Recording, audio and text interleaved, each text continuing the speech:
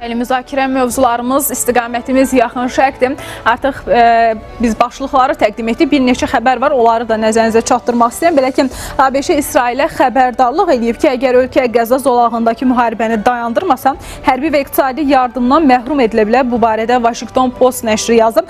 Trumpın adamları İsrailə söylüyor, əgər bu müharibəni dayandırmasa, sizi tək qoyacaq. Siyasi baxımdan əvvəlki illərdə olduğu kimi Netanyahunun bunu etməyə imkanı var. Çünki Knessetdə və İsrail daxilində əksəriyyətə sahibdir və çoxluğa sahibdir, amma onun siyasi iradəsi yoxdur deyə vurğulanıb. İsrail 10 minlərlə ehtiyat hərbiçisini səfərbər eləyir, Qəzzaya bombardımanları gücləndirir və müharibədə yeni geri dönməz nöqtəyə yaxınlaşır. Eyni zamanda Trump administrasiyasının İsrailə təzyiqləri son günlər daha da artıb deyə nəşr öz yazısında vurğulayıb. Digər tərəfdən İsrailə çağırış da var. Bu nədən ibarətdir? Belə ki, İsrail Qəzza zolağında döyüşləri dayandırmasa və bu anklava mülki şəxslərə humanitar yardıma qoyulan məhdudiyyətləri aradan qaldırmasa, Britaniya, Kanada və Fransa ona qarşı konkret tədbirlər görməyə hazırdır deyib. Bu barədə YSE Sarayının mətbuat xidməti tərəfindən yayılan 3 ölkə liderinin birgə bəyanatında vurğulanıb. Qeyd eləyək ki, artıq bu qadağanın aradan qaldırılması ilə bağlı Netanyahudan açıqlama gəldi və o Həması günahlandırırdı indiyə qədər bu prosesin dayanmasında. Biz də müzakirələri həyata keçirmək istəyir. Həmçinin vurğuladığımız kimi Netanyahunun da açıqlamaları kifayət qədər önəmli idi. Bu açıqlamalar üzərində də təhlillər həyata keçirəcəyik. Bütün bunların müzakirəsini studiyamızın qonağı siyasi şərhçi Əhməd Şahidovla aparacaq və Əhməd bəyi masamızın ətrafına dəvət edirik. Salam, xoş gəlmişsiniz, xoş gördük sizi. ABŞ-dən bir xəbərdarlıq gəldi İsrailə. Vurğulayır ki, ümumiyyətlə Qəzada hazırda döyüşləri dayandırmasanız, o zaman biz sizə hərbi və iqtisadi yardımı dayandıracaq. Əslində, proseslər başladığı gündən bu və digər formada biz Amerika Birləşmiş Ştatlarının İsrailə hansısa xəbərdarlıqları, açıqlamalar, təhdidləri görürük. Əlbəttə ki, heç zamanda bu dayanmır. Bu formada yəni görünən tərəfdən nəsə dayanırsa da yardımlar, amma pərdə arxasında bu yardımlar davam etməkdədir, edəcəkdir. Amma belə deyək, Trump bəs tam olaraq bir hansısa təsir eləyə biləcək, nəsə addım ata bilərmi yaxınlarda? Ümumiyyətlə, bir şey yadda saxlamaq lazımdır ki, ABŞ və İsrail strateji müttəfiqdir və bugünə qədər sizin də az öncə qeyd elədiyiniz kimi İsrailin bütün addımlarında ABŞ hər zaman onun yanında olur. Hətta yaxın şərqdəki böhranla bağlı, Fələstinlə bağlı BMT Təhlükəsizlik Şurasının 300-dən artıq qətnaməsi olmasına baxmayaraq, hər zaman o qətnamənin müzakirəsi zamanı Təhlükəsizlik Şurasının iclasında daimi üzvlərdən biri olan ABŞ-ın veto hüququnu istifadə eləməsi bu qərarların qəbuluna ciddi əngəl törədir və bugün Dohada, Qətərin paytaxtı Dohada keçirilən danışıqlar dalana dirənib. Hətta Netanyahunun göstərişi ilə İsrail nümayəndə heyəti bir gün daha artıq qalması da heç də İsrailin bu danışıqları maraqlı olduğunu göstərmir. Sadəcə ABŞ-dan gələn o təzyiqlərə bir cavab olaraq, həm də beynəlxalq ictimaiyyətin o gərginliyini azaltmaq baxımından belə bir görüntü yaratmağa çalışırlar ki, bəli, İsrail burada danışıqlarda sülhün əldə olunmasında maraqlıdır, amma hər iki tərəf, yəni həm Həmas, Qəzza zolağında faktiki olaraq nəzarəti həyata keçən Həmas qruplaşması da, İsrail tərəfi də öz tərəfindən maksimalist şərtlər irəli sürürlər. Həmas bir mənalı olaraq İsrail ordusunun Qəzza zolağından çıxarılmasını və bölgəyə humanitar yardımın daxil olmasına izin verməsini istəyir.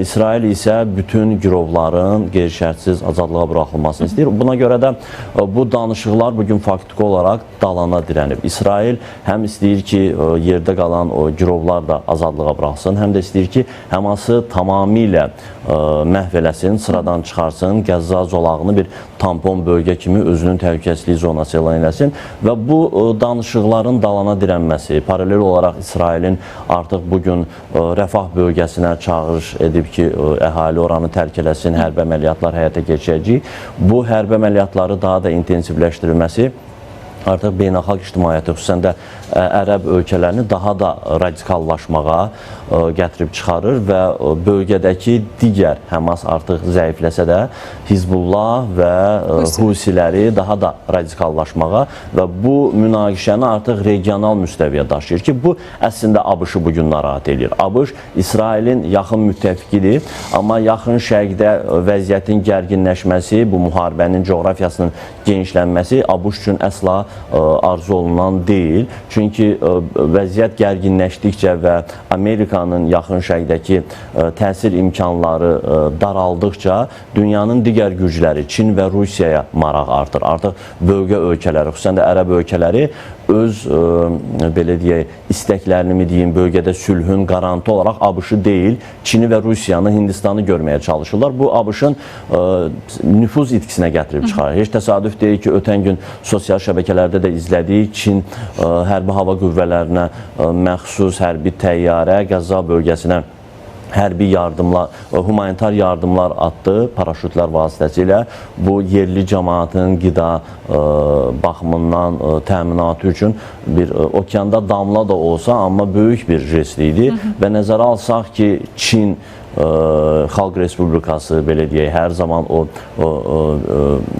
fərqli siyasət yürüdən bir ölkə. Bugün müsəlman insanlara yardım göstərir. Burada təbii ki, İslama olan sevgi, İslam həmrəyliyi deyil, sadəcə ABŞ-ı bölgədən çıxarmaq və özünün təsir gücünü göstərmək, amma yenə də Çinə qarşı bir müsəlman dünyasında simpatiya yaranır. Əhməd bəy, burada bir məsələni vurğuladınız ki, bu İsrailin həyata keçirdikləri bu addımlar ərəb ölkələrini aqressivləşdirir. Amma biz Trumpın Körfəz səfərində əslində tamamilə başqa bir mənzərə gördük. Həmin dönəmdə də çox şiddətlənmişdi İsrailin Qəzzaya raket hücumları və çox qısa bir müddət sonra, hətta sonraki gün biz gördük ki, quru əməliyyatlarına başlanıldı. Çox şiddətli şəkildə davam edir bütün bunlar raket hücumları, həmçinin paralelində quru əməliyyatları və Trumpın öz planı da var.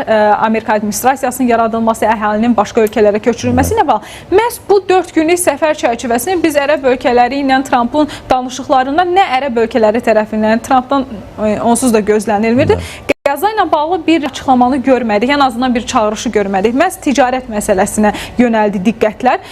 O zaman həqiqətən də ərəb ölkələrini Qəzzadakı məsələlər həqiqətən də maraqlandırırmı, yoxsa sadəcə olaraq oradakı əhalinin öz ərazilərinə köçürülməsindən qorxurlar? Əslində elə ABŞ prezidentinin Körfəz ölkələrinə ziyarəti o ərəb ölkələrinin bu hadisələrə radikal yanaşmasını bir qədər gərginliyi azaltmağa yönəlib və nəzərə alaq ki, ərəb ölkələri heç də təkcə Körfəz bölgəsindən ibarət deyil. Bugün Misir, İordaniya, Yəməndə də artıq yaxın şərqə də baş verənlərə ciddi bir narazılıqlar var. Burada İran faktoru da var. Çünki bu müharibə, bu hərbi əməliyyatlar davam elədikcə İranın dəstəklədiyi Livan Hizbullahı, Yəməndəki Husilər daha təşkilatlanmış formada öz fəaliyyətlərini davam elətdirirlər və biz bunu artıq Husilərin raket hücumları vasitəsilə o dəniz blokadası yaratması və İsrailə məxsus 2 liman var ki, həmin limanların faktiki olaraq fəaliyyətini dondurmasına gətirib çıxarıb. Bu, İsrail üçün həm də bir təhlükəsizlik məsələsidir və İsrail paralel şəkildə Fələstində, Qəzza bölgəsində hərbi əməliyyatlar davam etdirdikcə İsrailə yönəlik hücumlar da şiddətlənir. Bunlar hamısı bir-biri ilə əlaqəlidir. Və Təl-Əviv belə iddia edir ki, humanitar yardımları bölgəyə buraxsa, bu Həmasın əlinə keçə bilər. Həmas bundan istifadə edir. Ona görə də ötən gün BMT-yə məxsus 5 humanitar yardım tırı bölgəyə buraxılıb. Bu, təbii ki, okeanda bir damladır. Bunun elə bir ciddi bir təsiri yoxdur. Amma ərəb ölkələri, xüsusən də beynəlxalq ictimaiyyət tək ərəb ölkələri deyil. Bugün BMT-nin əksər ölkələri İsrailin hərbi əməliyyatlarının təcili şəkildə dayandırılmasını tələb edir və bölgəyə humanitar yardımların buraxılması tələbini irəli sürür. İsrail isə bunu eləmir və beynəlxalq humanitar hüququn norma və prinsiplərini pozur. Əslində burada belə baxsaq, münaqişə tərəflərinin hər biri, istər İsrail olsun, istər Həmas olsun, digər tərəfdən Yəməndəki Husilər, hər üç tərəf beynəlxalq hüquq normalarını pozurlar. Yəni 1947-ci il Cenevra konvensiyasına görə mülki əhaliyə heç bir halda hədəf olmamalıdır, amma İsrail ordusu bugün Qəzza zolağında faktiki olaraq mülki əhaliyə qarşı o hərb əməliyyatlarını da həyata keçirir. Hər nə qədər desə də ki, bu hədəf əsas Həmasdır, amma yüz minlərlə insan bugün ölür, yaralanır, öz evlərindən dərgin düşür. Belə görünür ki, bu münaqişənin siyasi, diplomatik həlli mövcud deyil. Çünki tarixən hələ 1947-ci ildən bəri bu münaqişə davam edir və görünən odur ki, bunun diplomatik yolu da mövcud deyil. Çünki 2005-ci ildən ki Həmas qruplaşması Qəzza zolağında seçkilər yolu ilə hakimiyyətə gəlib bölgəni nəzarətdə saxlayır və bu İsrail üçün ciddi bir təhlükədir. Həması tamamilə sıradan çıxarmaq istəyir, orada bir tampon bölgə yaratmaq istəyir və faktiki olaraq da BMT-nin Təhlükəsizlik Şurasının qətnamələrini ciddi şəkildə pozur və Fələstinin ərazilərini hələ də işğalda saxlayır. Bu qarışıq bir dönəmdə artıq regional faktorlarda İran da burada əsas dəstəkləyici qüvvədir. İstər Hizbullah olsun, Həmas olsun, Husilər olsun, onlar İrandan ciddi dəstək alırlar və ABŞ-ın narahatlığı az öncə dediyim kimi, əgər bu münaqişə regional müstəviyə keçərsə, bölgədə Misir, Yordaniya, Yəmən, İran da bu müharibəyə aktiv şəkildə qoşularsa, bu İsrail üçün və ümumiyyətlə bölgə üçün ciddi bir fəlakətə gətirib çıxara bilər. Bu baxımdan Vaşinqton, Ağ Ev administrasiyası Netanyahuya təzyiqləri bir qədər artırır ki, hərbi əməliyyatlar İndiyə qədər bəllidir ki, Netanyahu təzyiqlər təsir eləməyib. Çünki Amerika Birləşmiş Ştatları bunu dəfələrlə eləməsinə baxmayaraq, yəni İsrail bu istiqamətdə özü nə qarşısına məqsədlər qoyubsa, o istiqamətdə də davam eləyir. Hətta biz bilirik ki, Körfəz səfərində məhz İsraildə dayanmaması ilə bağlı bir çox ekspertlərin təhlilləri vardı. İsrail-Amerika Birləşmiş Ştatları münasibətlərindəki o soyuqlaşma, Netanyahunun bundan sonra hansı addımlar atacağı ilə bağlı müxtəlif istiqamətlərdə təhlillər var idi. Amma bu dəfə bəs Trumpın alternativi varmı? Yəni sadəcə olaraq Netanyahuya təzyiqlər işə yaramadığı halda başqa nə alternativləri var o zaman? Yəni bugün ABŞ İsrailə hərbi yardımları azalda bilər, beynəlxalq müstəvidə dəstəyi azalda bilər, amma bu tam şəkildə bu əlaqələr heç bir zaman qopa bilməz. Çünki ABŞ və İsrail arasında hakimiyyətlərin hansı şəxslər olmasından asılı olmayaraq strateji müttəfiqlik əlaqələri var. Burada Netanyahu da bir qədər çətin vəziyyətdədir. Çünki millətçi, sağçı bir siyasi qüvvə olan və onun partiyası və o baş nazir Netanyahu bu hərbi əməliyyatları dayandırsa, avtomatik olaraq Həmasın qələbəsi olaraq qəbul oluna bilər İsrail cəmiyyətində və Netanyahunun siyasi rəqibləri bundan ona qarşı istifadə edə bilərlər. Növbəti seçkilərdə yerli vətəndaşlar arasında, seçkilər arasında xal qazana bilərlər. Bu baxımdan Netanyahu artıq geri dönüşü olmayan çətin bir prosesə girdiyini fərqindədir və burada yalnız və yalnız bir şey düşünür ki, bu hərbi əməliyyatları sona qədər davam elətdirsin, Qəzza zolağını tamamən Həmas qruplaşmasından təmizləsin və ABŞ-ın da çox da qəzəbinə tuş gəlməsin, ABŞ-dan olan yardımlar dayanmasın. Ona görə ikili oyun oynayırlar. Ola bilsin elə Donald Trump'ın da belə sərt açıqlamalar verməsi,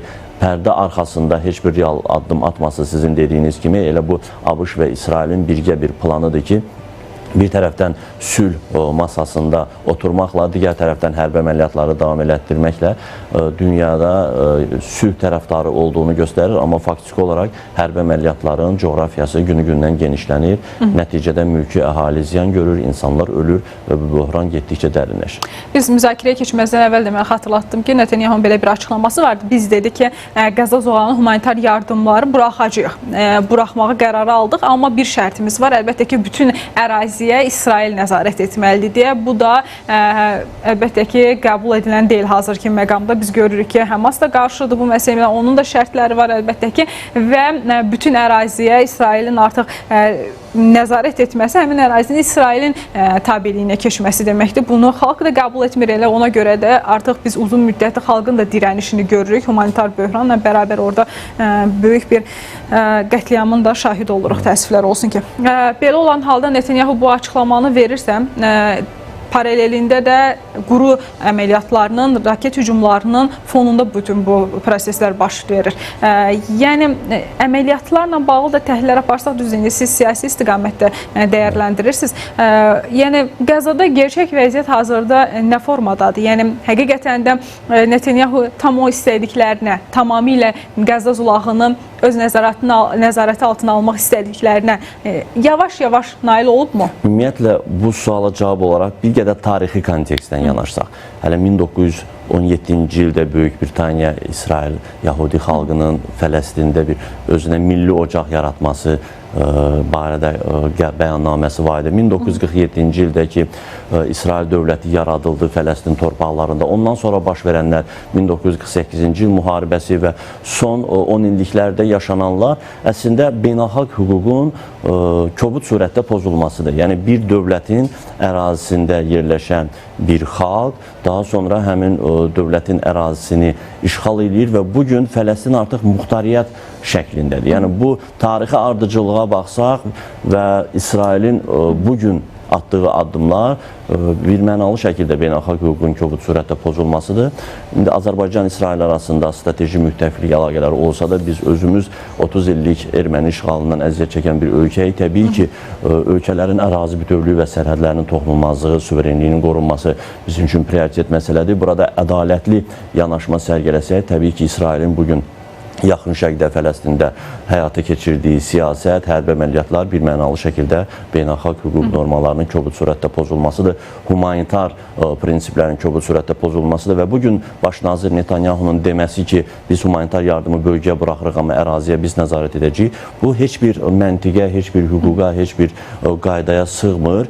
İnsanları ölümə tərk etmək, nəinki onlara yardım etmək, hətta beynəlxalq təşkilatların, BMT-nin və onun alt qurumlarının, ərəb dünyasının, ümumiyyətlə sülhsevər humanitar ölkələrin həmin bölgəyə humanitar yardımlar göndərməsini belə buraxmaması, bu heç bir məntiqə, heç bir qanuna sığmır. Təbii ki, bunun da dünyadakı ikili standartlardır. Yəni, İsrailə qarşı bugün dünyanı əgər idarə edən BMT Təhlükəsizlik Şurasıdırsa, bu münaqişə ilə bağlı Təhlükəsizlik Şurasında verilən qərarların heç biri qəbul olunmur. Çünki daimi üzvdən biri ABŞ-dır. ABŞ veto hüququndan istifadə edir. Nəticədə İsrail istədiyini eləyir yaxın şəkildə. Mən bir qədər istəyirəm ki, İran-ABŞ danışıqlarından da təhlillər aparaq. Çünki bir xəbər çıxıb, onu nəzərinizə çatdırmaq istəyirəm. Belə ki, İran nüvə proqramı ətrafında yaranan vəziyyətin nizamlanması məsələsi ilə bağlı ABŞ ilə birbaşa olmayan danışıqların 5-ci raundunun vaxt və yeri barədə təklif alıb. Bu barədə TASS məlumat verib və İranın Xarici İşlər Nazirinin müavini Kazim Qaribabadi bildirib. Ona istinadən verilən məlumatdır. Biz İran və ABŞ arasında birbaşa olmayan danışıqlara növbəti raundunun keçirilməsi ilə bağlı təklif almışıq. Hazırda həmin təklifə baxılır deyə qeyd olunub. Artıq 4 raund keçirildi danışıqlar. Biz danışıqların nəticələrində əslində konkret bir yol qət edildiyini görmədik. Hərçənd ki, Trump tərəfindən bu danışıqlar yaxşı formada qiymətləndirilir, irəliləyiş var. Deyilirdi ki, son raunddan sonra Pezeşkanın açıqlaması oldu ki, danışıqların müsbət formada irəliləyişini demək sadəlövhlükdür deyirdim. Əlbəttə ki, İran hələ də nüvə enerjisindən mülki formada istifadə hüququnun onda qalmasını istəyir. Amerika Birləşmiş Ştatları isə buna ehtiyac yoxdur deyir. Son 4-cü raunddan sonra biz gərginliyə şahid olduq. Bir qədər açıqlamaların da forması dəyişmişdi. 5-ci raunddan biz nələr gözləyə bilərik? Yəni bu gərgin açıqlamalardan sonra nəsə irəliləyiş mümkün ola bilərmi? Hərçənd ki, indiyə qədər o qədər də irəliləyiş qət edilmir. Bu ilin yanvar ayından ki, Trump öz səlahiyyətlərinin icrasına başlayıb, onun seçki öncəsi verdiyi vədlərə diqqət yetirsək, dünyadakı əsas münaqişə ocaqlarında sabitlik yaratmaq, sülhə nail olmaq, münaqişələri sülh yolu ilə, danışıqlar yolu ilə həll etmək və İran məsələsi də, İranın nüvə məsələsi də hər zaman gündəmdə olub və Omanda tərəflər arasında aktiv olmayan, yəni pasiv görüş baş tutub. Yəni əvvəlcə Oman, ABŞ nümayəndələri görüşür, daha sonra İran, Oman nümayəndələri və Oman vasitəçilik edir. Heç bir halda hələ ki ABŞ və İran nümayəndələri üz-üzə görüşməyiblər. Bu da tərəflər arasında hələ ki etimadın yaranmadığını, amma pasiv dialoqun davam etdiyini göstərir. Belə olan halda təbii ki şərtlər var. İran özünün nüvə araşdırmalarını, yəni atomun aktivləşdirməsini 60%-ə qədər yüksəldə bilir. Bu təbii ki ABŞ və İsraili ciddi şəkildə narahat edir və onlar düşünürlər ki, İran artıq nüvə silahının əldə olunmasına daha yaxındır. İran isə bunu sadəcə mülki məqsədlər üçün uranın zənginləşdirilməsi fəaliyyətini davam etdirdiyini elan edir və şərtlər ondan ibarətdir ki, ABŞ tərəfi ciddi şəkildə bu uranın zənginləşdirilməsinin dayandırılmasını, beynəlxalq müşahidəçilərin İranın o nüvə obyektlərinə buraxılmasını və həmin nüvə qalıqlarının İran ərazisindən çıxarılmasını tələb edirlər. İran isə bunu əsla qəbul eləmir və özünə qarşı tətbiq olunan sanksiyaların aradan qaldırılmasını tələb edir. Yəni bu iki şərtlər bir-birinə tam şəkildə zidd olduğu üçün bu baxımdan ABŞ və İran danışıqlarında hələ ki bir real nəticə yoxdur və yaxın perspektivdə də belə nəticə gözləmək düzgün deyil məncə. Təşəkkür edirəm Əhməd bəy. Çox sağ olun. Dəvətimizi qəbul edib gəldiniz, minnətdarıq. Qeyd edək ki, əsas müzakirə mövzularımız yaxın şərq idi. Trumpdan xəbərdarlıq gəldi. İsrail tərəfə ki, artıq dayandırmalısınız dedim.